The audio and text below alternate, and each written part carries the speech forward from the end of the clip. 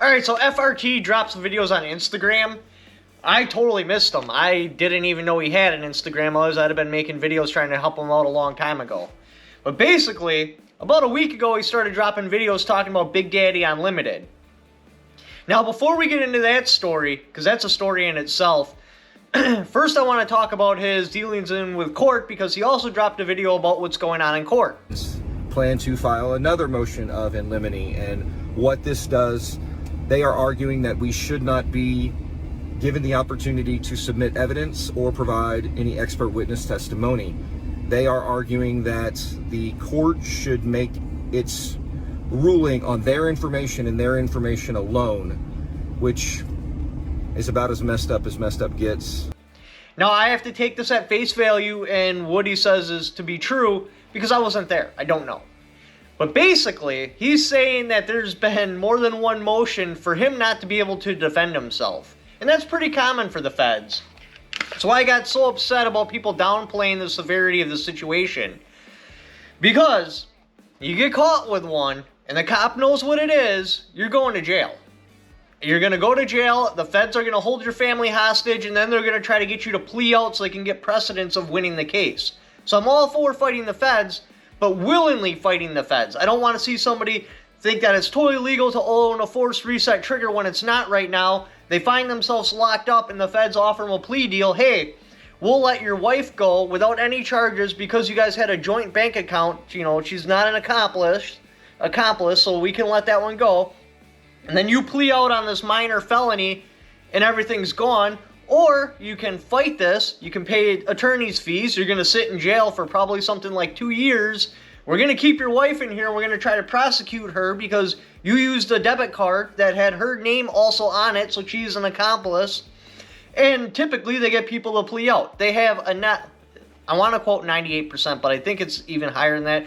Either way, it's above 90% chance of conviction. And they do that for a reason. They are literally motioning, like trying to get the court to deny him to be able to present evidence and defend himself. They want the judge just to prosecute on what the ATF says. And that could happen. That could happen to you.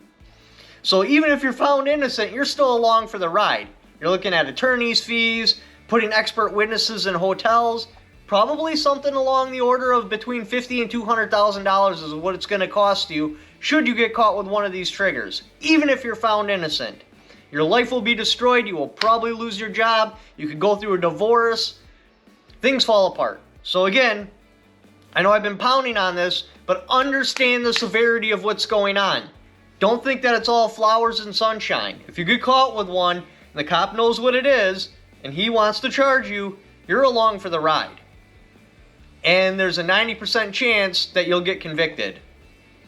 It's actually more than that, but it's a nice even number. So basically, Big Daddy Unlimited dropped a trigger called Wide Open Trigger. Second update.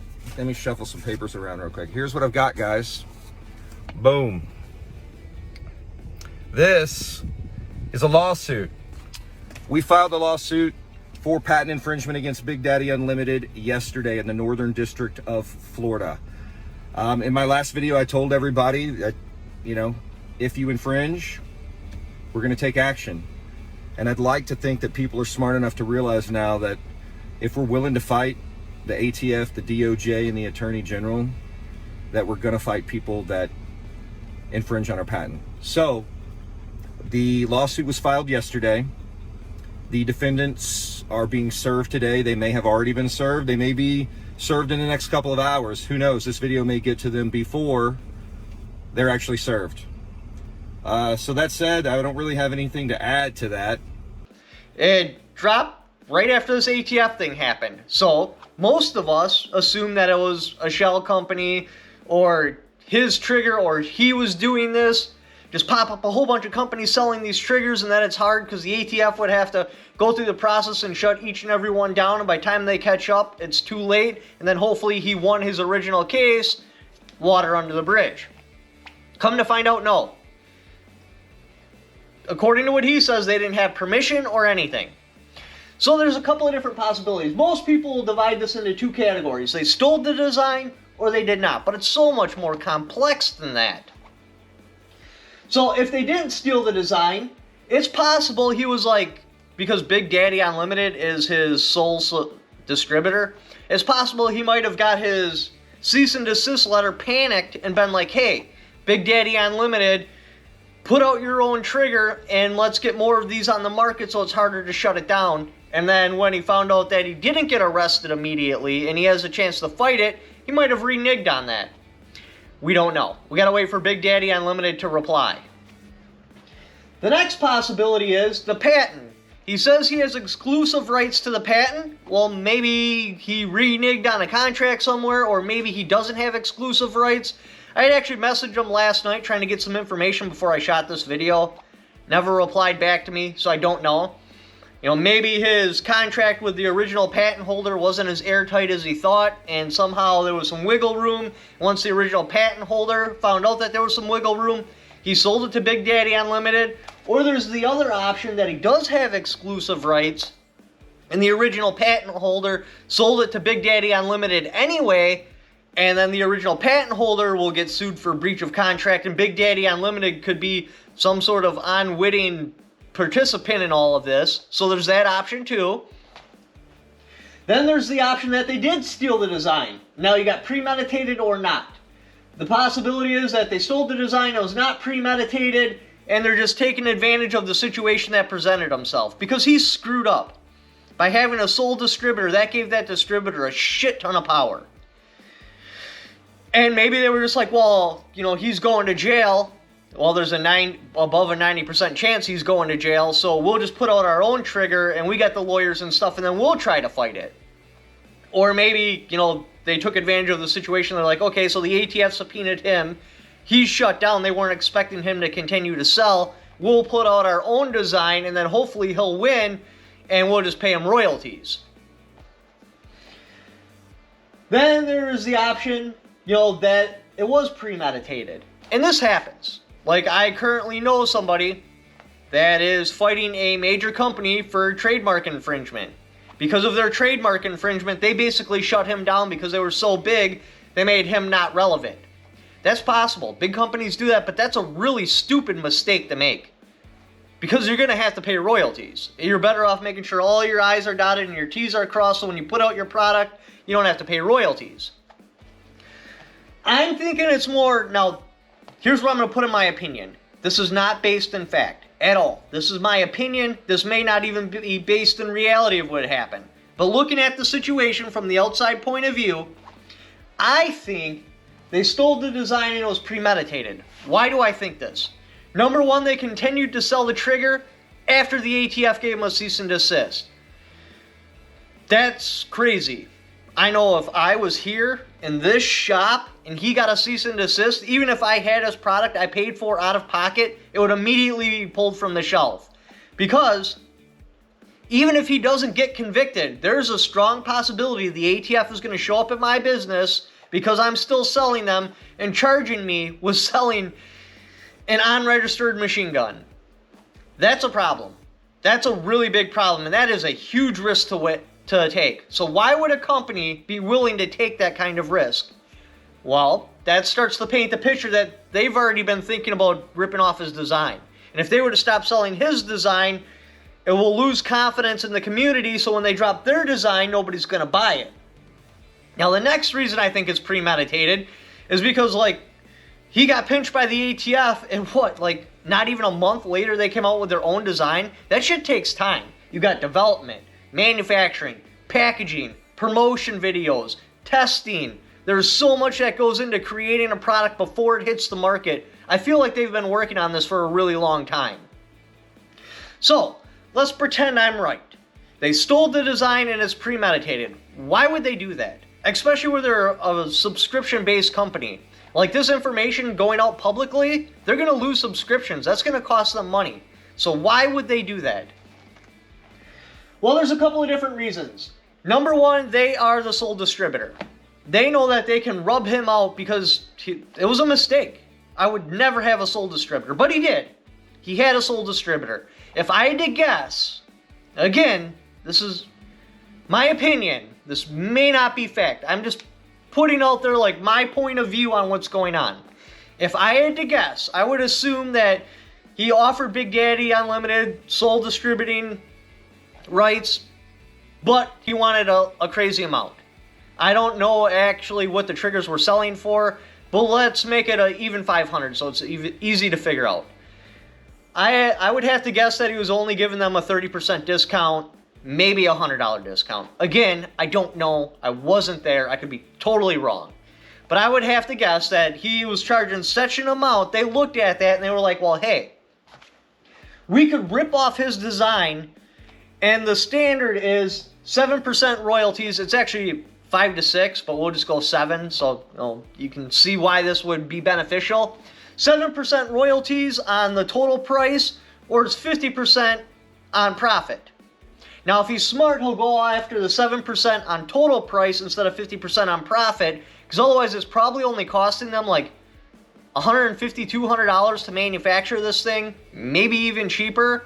So they could drop their price down to where they're barely making a profit, so he's only getting 50% of shit, but because they're selling it so cheap, it would wipe him off of the market.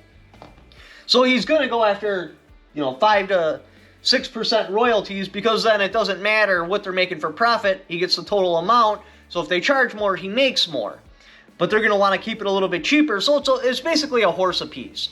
But ideally, you'd go after the 7% of total, because always if you go after 50% of profit, they'll bring theirs right down to where they're only making $20-30 a unit, and then they're selling them at like $225 or something like that.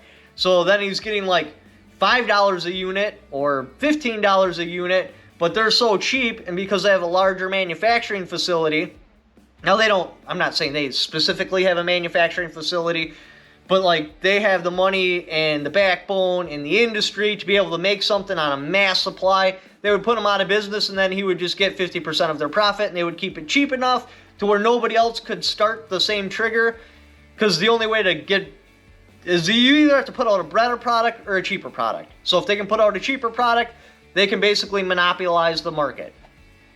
So let's pretend he goes after 7% of the total amount, which is what I'd recommend.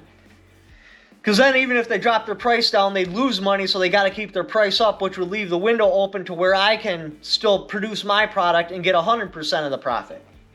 So 7%, that's $35 on a $500 profit product. So $35 they got to pay him. So basically they're into it for what? Let's pretend it costs $150 to manufacture it. Now you're up to like $175, and then the whole rest of it's profit. That is much better than 30% or whatever the hell he was giving them for a discount to sell his product.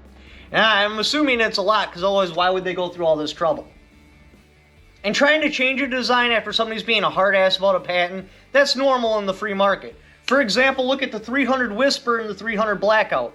The 300 Whisper, dude literally patented everything about that cartridge, and then wanted just a ridiculous amount for royalties. So what they did is they changed the cartridge by 20% by going with the 300 Blackout.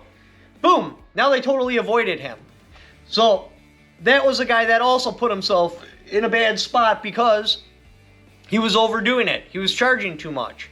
So they just come out with something new. Again, that's totally normal in the free market. I have to guess that way before the ATF ever served him, they were already planning on stealing his design, repackaging it, putting it in their own thing, and then selling it. Now, I'm not a patent lawyer or anything like that, but from what I understand, the design must be 20% different to not count as copying it. From what I see, again, I'm not a patent lawyer, it looks like the same design. But again, that's just all possibilities. None of that is fact. I don't know exactly what's going on behind closed doors. It'll be really nice when Big Daddy Unlimited replies to this, and they're basically going to have to, because the videos are starting to drop about it. If they don't reply to it, they're just going to slowly lose subscriptions, and that's going to cost them a lot of money. It's beneficial for them to reply to it. So basically, what am I trying to say? What I'm trying to say is, before we burn Big Daddy Unlimited at the stake, and I want to, that's BS, they're kicking him while he's down. It's totally wrong on so many levels. This video is sponsored by Big Daddy Unlimited, the Costco of the gun world, slowly rubbing out the little guy one at a time and destroying people's lives. But before we burn that company at the stake, we gotta first know that they did actually steal the design. It was a premeditated thing, and it was because he was just charging too much. Because there could have been other explanations. We don't know what they are.